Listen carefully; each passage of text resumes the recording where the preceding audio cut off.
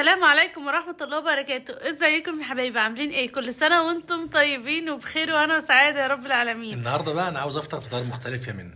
ايوه، النهارده احنا جايين نعمل حاجة لكم مختلفة. فطار مختلف تاني خالص، بعيد عن المحاشي وبعيد عن الرز وبعيد عن الفراخ والبط واللحمه وخصوصا ان والسمك. احنا من اول رمضان واحنا كل شوية معزومين عند حد شكل وزهقنا من الطبيخ كله. بس بصراحه كنا بنوفر.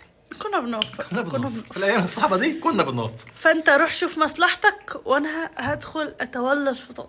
يعني تعمل لي حاجه مختلفه. ايوه ان شاء أكيد. الله ان شاء الله، بس وأنا قول لهم مستني يعملوا أشوف. لي لايك. اعملوا لي لايك والله لايك هم لايك. وهم وذوقهم يعني. ماشي، مستنيينكم. يلا. اعملوا لايك. وبعد ما جهزنا كل حاجتنا بتاعه الشاورما وبتاعه الميني بيتزا، يلا بينا نحمر الكنافه بتاعتنا علشان خاطر نعمل لهم النهارده كنافه بالمانجا. يلا نشوف هنعملها مع بعض ازاي. وهنا بقى بدأت احمر الكنافه بدون اي ماده دهنيه. مش واضحه قوي في الكاميرا، بس لما حطيت السمنه لونها اغمق بقى بسرعه اهي كده، وهنبتدي نشيلها من على النار لان هي الاضاءة عندي في المطبخ بعافية شوية، بس هي اتحمرت خالص ما شاء الله، يعني كلها احمرت. وبعد بقى ما حمرنا الكنافة نجيب القارب يلا ونعبيها. جبنا القارب بتاعنا، حبيت انه يكون البايركس كده عشان خاطر شكل الكنافة في الجنب يبان. انا بحب عشان الكنافه تمسك شويه، مع اني مش هدخلها فرن ولا حاجه. احط لها حبه سمنه كده ادهنهم تحت بس. دهنت معانا، هنجيب الملعقه دي الكنافه بتاعتنا بعد ما اتحمرت اهي. الاضاءه هنا نوعا ما بحاول اظبطها والله. نحط طبقه من الكنافه، بعدين طبقه من كريمه بالقشطه ومانجا، وبعدين طبقه كنافه ونحطها تاني مره، وهكذا.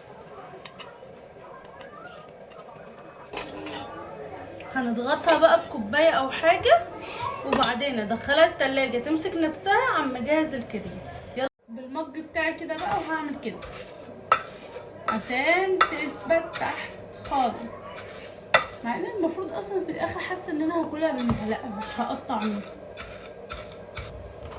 ده شكلها بعد ما اتضغطت خلاص. يلا بينا.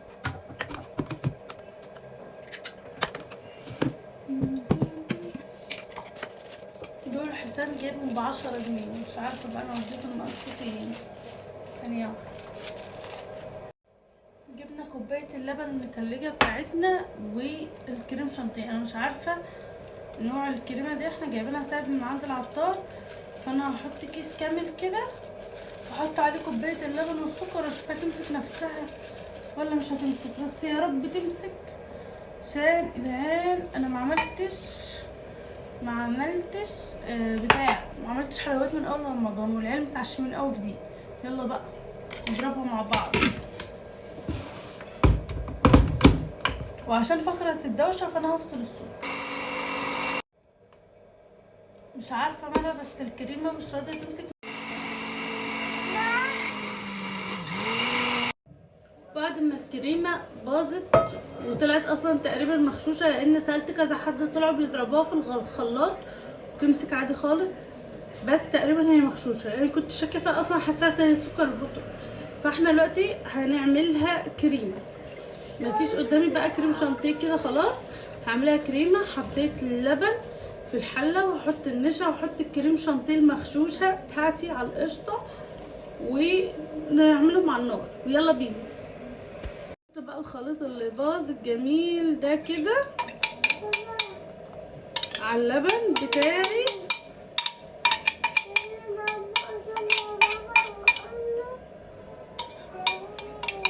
بس نحط عليه شويه سكر وشويه نشا ونقلبهم على البارد، وبعدين نرفعهم على النار.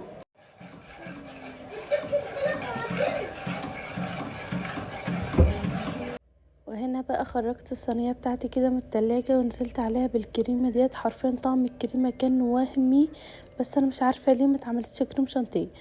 بس هي دي كانت نصيب حسام، لان اصلا حسام كان بيحب الكريمه ديت عن الكريم شانتيه. بعدين جبت بقى الكنافه التانية وحطيت الطبقه دي فوقها كده. بعد ما خلصت قمت حاطه فوقها طبقه المانجا ودخلتها التلاجة. جبت بقى العجينه اللي انا عاملاها للميني بيتزا كده بعد ما اختمرت، وزي ما وريتها لكم كانت هشه جدا وجميله قوي. جبت اكبر صينيه عندي بتدخل الفرن ودهنتها بشويه زيت كده، وبعدين هبتدي اكور العجينه بقى كده. كور العجينه بتاعتي بقى كده زي ما بنعملها للفطير او القرص على حسب ما انتوا بتقولوا عليه، اللي هي الحاجات الصغيره الفطاير الصغيره دي. بدات اكورها، انا مش عارفه هما بيقولوا على التكويره ديت ايه بصراحه لاني ناسيه. كورتهم كور كتيره قوي كده وبدات احطهم في الصينيه بتاعتي. طبعا دهن ايديا شويه زيت، غير اصلا ان كده كده العجينه ما شاء الله ما بتلزقش وماسكه نفسها جدا، والدقيق كويس وهكذا. بدات بقى ان انا ابططهم كده، ويعني اخليهم مدورين زي ما انتوا شايفين برضو زي القرص اللي بتدخل الفرن كده اللي بتبقى ساده.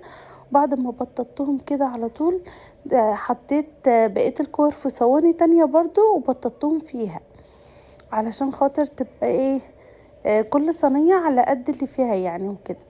دي خلصتها بقى. كنت عامله الصلصه، وطبعا عامله معاكم صلصه البيتزا ديت اكتر من مره، هحاول انزل لكم الفيديو كده. حطيت بقى الفلفل اللي قطعته وشرايح الزيتون كده في البيتزا فوق الصلصه. انا ما بحطش طماطم لان بحس الصلصه بتغنيني عنها. كان عندي بقى قطع ستريبس كده حمرتها في الزيت، وبعدين مسكتها قطعتها مربعات صغننه كتيره كده وبدات احشيها برضو. بس كان كل اللي في نيتي بصراحه ان انا اعملها بالموتزاريلا والرومي والشيدر وبس. بس عشان خاطر رنيم صايمه وهي طفله واحنا كبار عادي مش مهم، فقلت لا هعمل فيها الاستريبس وكده.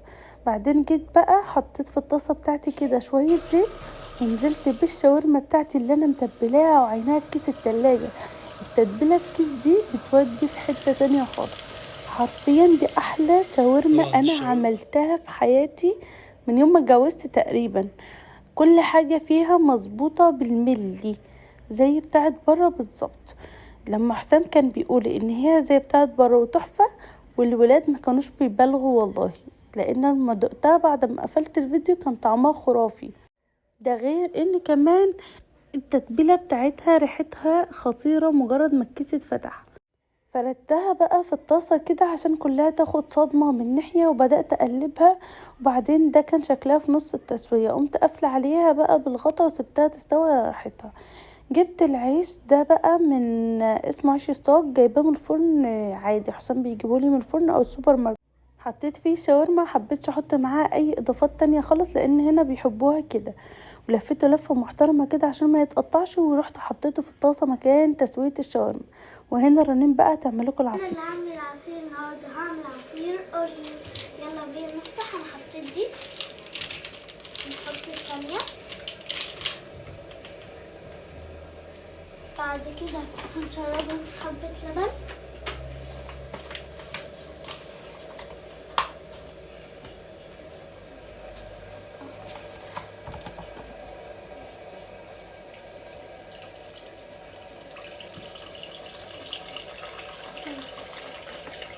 لازم هنحط ميه.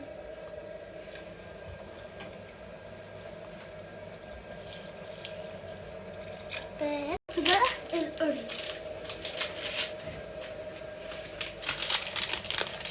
اشتريت 2 من الأوريو. نفتح آخر واحدة.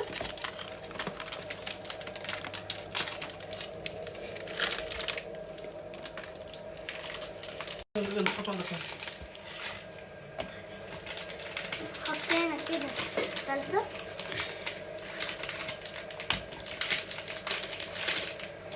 كده حطينا الاثنين بتوعنا. يلا بقى عشان نقفله ونضرب. دلوقتي بقى هستعين ببابا عشان ما ينفعش احط ايدي في الكهرباء. يلا يا رنان.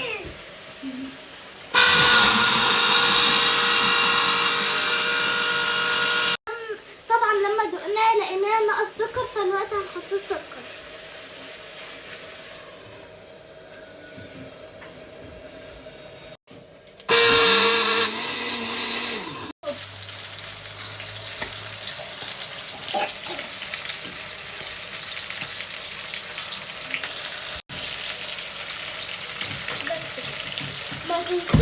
تجربوه وتقولوا لي رأيكم.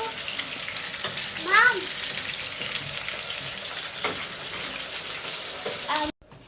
وهيك قد خلصنا السفرة العظيمة بتاعتنا. انت مستعجل كده على طول؟ طيب صايم مستعجل كده على الصفر. طول. الميني بيتزا والبطاطس والشاورما والعصير اللي رنيم عملته. تحب ادوق ايه؟ دوق كل. ابدأ قول بسم الله.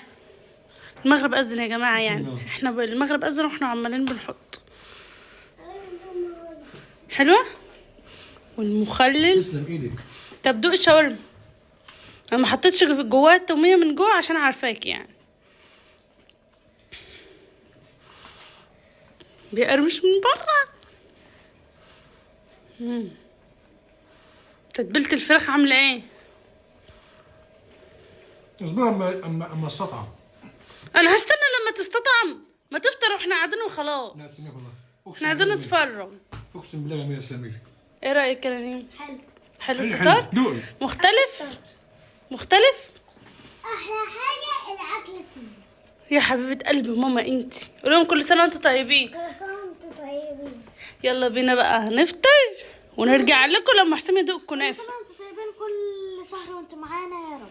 يا رب. هنفطر بقى كده، نخلص الفطار الجميل قوي ده وبعدين نجيب الكنافة لحسام يدوق. خلاص يا حسام؟ يلا بينا. فانوس رمضان.